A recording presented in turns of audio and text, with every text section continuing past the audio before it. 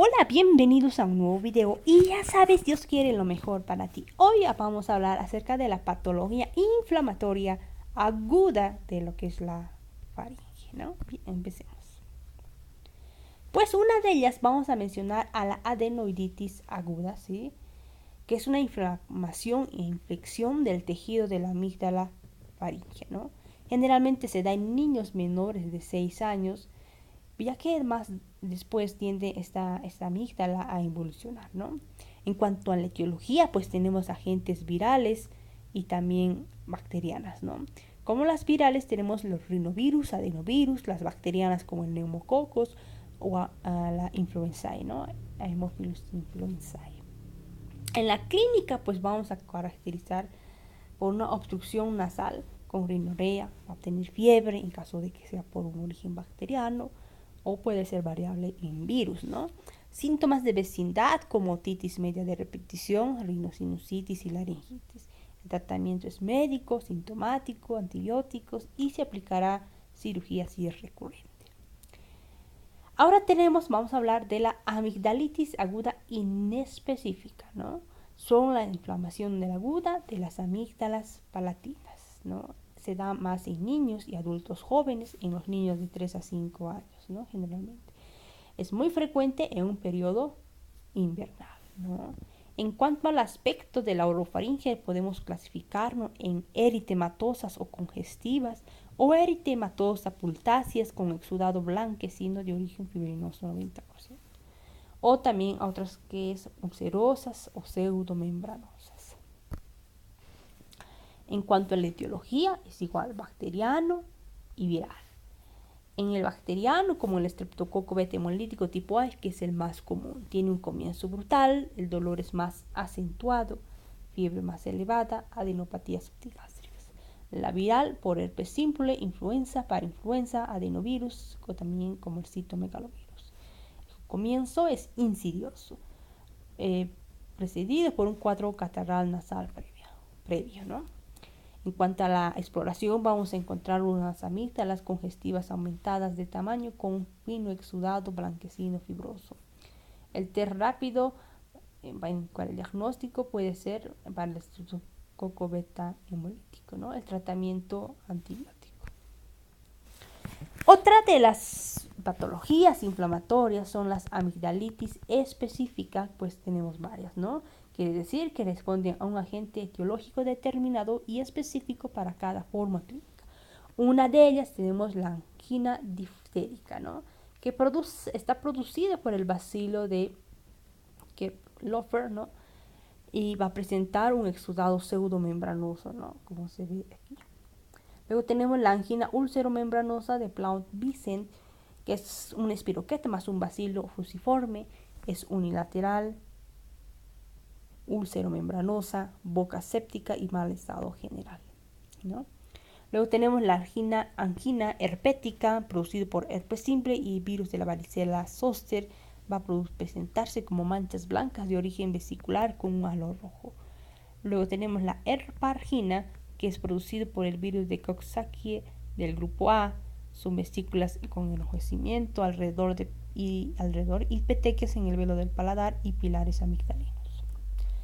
Luego tenemos la amigdalitis de las enfermedades exantémicas, como ejemplo el sarampión, tiene un enrojecimiento amigdalino punteado, difuso, ¿no? A nivel local. Luego tenemos la escarlatina, una amigdalitis roja eritematosa, característico en ello la lengua aframbuesada, ¿no? Y dolorosas también. En cuanto a las amigdalitis de enfermedades hepáticas, pues vamos a hablar de la mononucleosis infecciosa, que es producido por el Epstein-Barr, es una enfermedad del beso, ¿sí? Que la clínica pues va a estar producido, también llamado Epstein-Barr, ¿no? Perdón. Virus del Epstein-Barr, sí. Es producido o también denominado, como enfermedad de beso, del beso. La clínica se va a presentar como una linfadenopatía, esplenomegalia y hepatomegalia y además de fiebre, ¿no? Luego tenemos la agranulocitosis, ¿no? Destrucción de la función de las gránulos poietica de la médula. Esto generalmente por una intoxicación medicamentosa, pues me va a llevar a un proceso ulcerativo en las amígdalas, ¿no? Y estas, más allá de estas, ¿no? Luego la leucosis aguda. Las leucemias me pueden producir úlceras profundas sangrantes, acompañada de una tumefacción en las encías y adenopatías múltiples. Ahora veamos la tuberculosis faríngea, que es una forma ulcerada unilateral y otra hipertrófica o tumoral unilateral. Ambas se acompañan de adenopatías satélites. Luego la sífilis faríngea, 3 periodos con chancro de inoculación, adenopatía satélite, eritema mucoso y placas opalinas que desaparecen rápidamente. Ahora veamos las micosis faringeas, ¿no? Como el muguet o candidiasis bucofaringea, producida pues por el hongo Candida albicans, ¿no? Va a presentar una lengua exudado, blanquecino, puntiforme, que va a extender hacia amígdalas, cara interna de las mejillas, pared posterior faríngea. Luego tenemos la esporotricosis, que es una úlcera plana, infiltrativa, en la cavidad oral, la nariz, faringe, laringe, esófago y piel. Producido, pues como ve su nombre, es el Sporotrichia. Tenemos luego la histoplasmosis, histoplasma capsulato y infección granulomatosa en la que se produce úlceras con amplias zonas de necrosis. La leptotricosis, producida por el Leptotrix buccalis, puntos blanquecinos en las amígdalas y la base de la lengua. En cuanto a las complicaciones de las inflamaciones de las agudas y faringeas, pueden ser tanto generales como locales, ¿no? Los procesos de los estreptococos pues pueden dar alteraciones sistémicas, ¿no? Como las miocarditis, glomerulonefritis, pericarditis.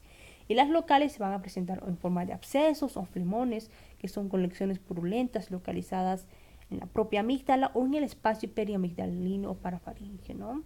Su aparición está condicionada de las complicaciones por su agresividad del germen, las condiciones anatómicas de la amígdala y la insuficiencia en cuanto del tratamiento. Una de ellas tenemos el absceso intraamigdalino, ¿no? Que es una colección en el seno de la propia amígdala. Puede ser de gran tamaño, provoca gran tubefacción en la amígdala unilateral. Puede llegar a drenarse espontáneamente por una cripta o en otras veces es necesario drenarlo quirúrgicamente. Es muy recidivante, por lo que siempre es precisa la amigdalectomía posterior. El absceso periamigdalino, ¿no? Es una colección purulenta, se localiza en el tejido celular que rodea la amígdala, entre el lecho amigdalino y la cápsula, se localiza preferentemente entre el poro superior de la amígdala y el pilar anterior. En cuanto a la clínica, se puede presentar un curso de una amigdalitis aguda que empieza a remitir dolor unilateral, tenso, odinofagia, disfagia, otalgia refleja, reaparece el cuadro febril, trimos intenso, caída de saliva por imposibilidad de deglutir. Luego tenemos el absceso periamigdalino. En faringoscopía se ve un abombamiento en toda la celda amigdalina hacia lo que va a ser pues la línea media, ¿no? Tratamiento antibióticos, requiere incisión para deshibridamiento y drenaje, en otros casos amigdalectomía. El absceso laterofaríngeo se forma al pasar el papus a través del músculo constrictor hacia el laterofaríngeo, ¿no? Se reconoce una localización anterior en el espacio máximo maxilofaríngeo con clínica similar a la anterior, aunque más acusada, y una extensión hacia el espacio retroestileo. Predomina además la sintomatología local, un tortícolis. En la exploración, pues en las localizaciones habituales en el espacio maxilofaríngeo de la exploración difiere, aunque ya no es solo la amígdala la que se va desplazada, sino también la pared lateral de la faringe y el thymus es mucho más intenso. En las localizaciones posteriores, en las retroestileas, ¿sí? Aparece además de una, esta de acá, retroestileas, aparece además una tumefacción cervical alta entre el esternocleidomastoideo, el ramo ascendente de la mandíbula y la punta de la mastoides. En esta situación, el thymus ya no es intenso, ya no es tanto, y da paso a una tortícolis muy manifiesta. o puede abrir dejando a su libre evolución, puede drenar hacia la faringe, extenderse hacia el espacio laterocervical como un absceso cervical, hacia el espacio sublingual como la angina de Lewin o convertirse en un fibrón difuso herpético. El tratamiento quirúrgico y antibióticos. El absceso retroestileo, ¿no? Bien, como nos acabamos de ver, la parte posterior son siempre las retroestileas, ¿no? Una parte anterior y una parte posterior. Ahora recién vamos a ver las retrofaringias, ¿no? Que hace rato les he mostrado en forma de círculo, que me estaba confundiendo.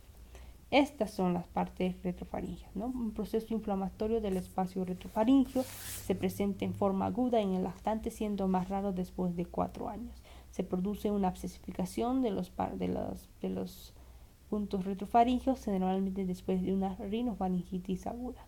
La clínica presenta dolor, fiebre alta, tortícolis, disfagia, tos, regurgitación nasal, disnea, cianosis, crisis de sofocación. A la exploración aparece una tumoración evidente en la pared posterior faríngea, radiografía lateral del cuello muestra abombamiento muy evidente, la TAC para diagnóstico de extensión, antibiótico en el absceso de drenaje o absceso de drenaje quirúrgico.